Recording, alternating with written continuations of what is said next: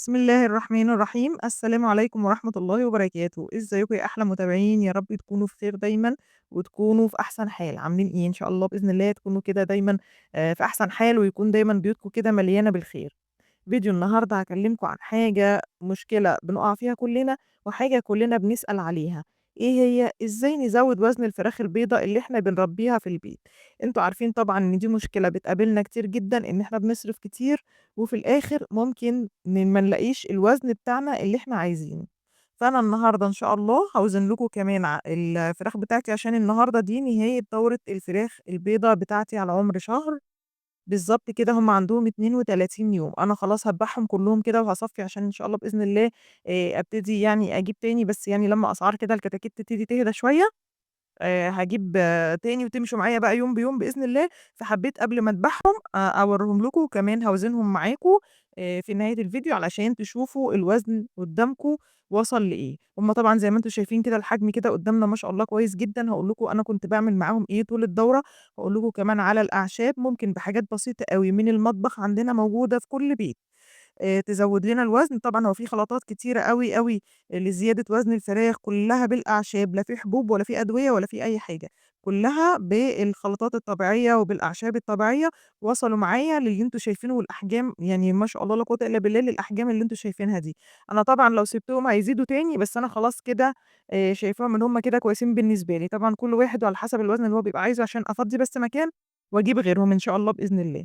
خلاص، فتابعوني بقى كده لنهاية الفيديو عشان هاقول لكم أنا استخدمت لهم إيه. أنا النهارده كده هاقول لكم أنا استخدمت لهم كذا حاجة، ولكن فيديو النهارده بالذات هنتكلم عن حاجتين 2.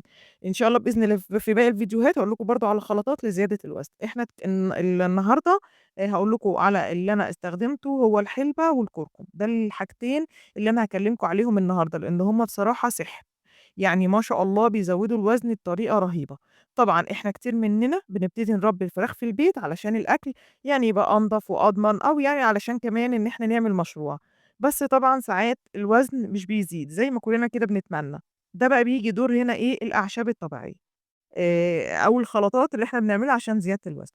ف النهارده بقى هاقول لكم زي ما قُلت لكم كده عن الحلبة والكركم، دلوقتي كده هنعرف الفوايد بتاعتهم إيه، وكمان هنعرف جرعاتهم، لإن طبعًا دي حاجة مهمة جدًا إنها تكون بالجرعة المناسبة علشان ما نأذيش الفراخ، وزي ما قُلت لكم كمان هاوزن لكم الفراخ علشان تعرفوا وزنه.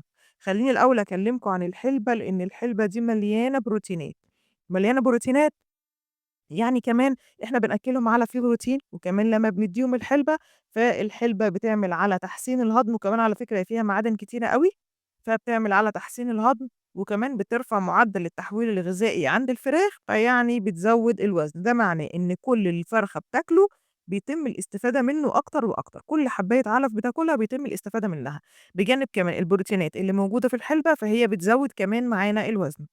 أمّا بقى الكركم فده كده لوحده بُصّوا هو صيدلية والله، الكركم ده ممتاز، ممتاز، ممتاز، والكلام ده على فكرة يا جماعة مش للفراخ البيضا بس، الكلام ده لجميع أنواع الطيور. الكركم ده يعتبر مضاد حيوي طبيعي، بيقوي مناعة الفراخ، وكمان ممكن بيقلل من الأمراض اللي ممكن تأثّر عليها، وكمان بيحسّن الشهية، فبيخلّي الفرخة تاكل أكتر، وبيحسّن الهضم برضه، وبرضه فيه نسبة برضه بروتين، فبالتالي هو برضه بيلعب برضه على حتّة الوزن، وبيزوّد الوزن.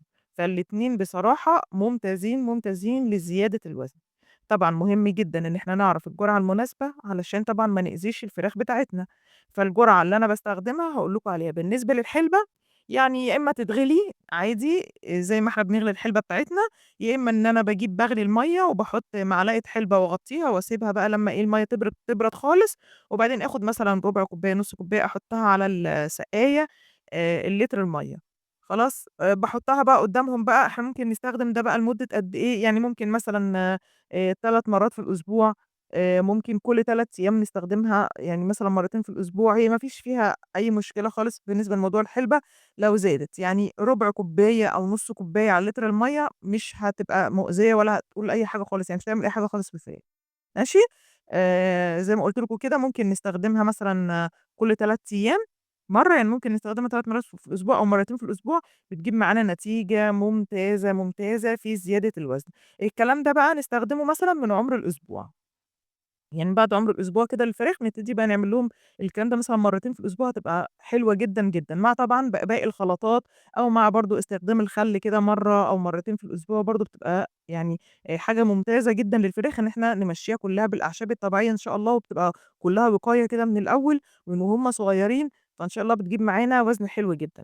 ده بالنسبة للحلبة. طب بالنسبة للكركم، فأنا باحط معلقة كبيرة اللي هي معلقة الطعام العادية دي على كيلو العلف، وباخلطه كويس جدًا، وباحطه برضه قدّام الفراخ. أنا باستخدمه من العمر الصغير، ما فيش فيه أي مشكلة خالص. يعني ممكن كمان من قبل الأسبوع، أنا والله يا جماعة يعني عن تجربتي أنا باحطه لهم كنت من عمر يوم، ما فيش فيه أي مشكلة خالص.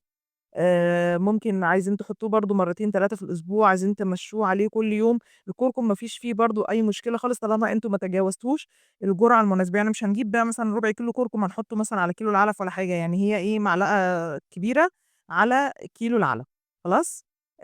ده كده كان الكركم، وطبعًا أهم حاجة إن إحنا كمان المَيّة بتاعتهم تكون نضيفة العلف كمان يكون طازة. العلف أهم حاجة إن هو ما يكونش متخزّن أو ما يكونش مركون عند الراجل أو يكون متخزّن عندنا بطريقة مش كويسة. العلف الأساس بتاعه يا جماعة إن هو يكون مدة صلاحيته 4 شهور، لكن إحنا بنحاول نستخدمه في أول شهرين 2 بس علشان العلف بيعمل حاجة اسمها سموم.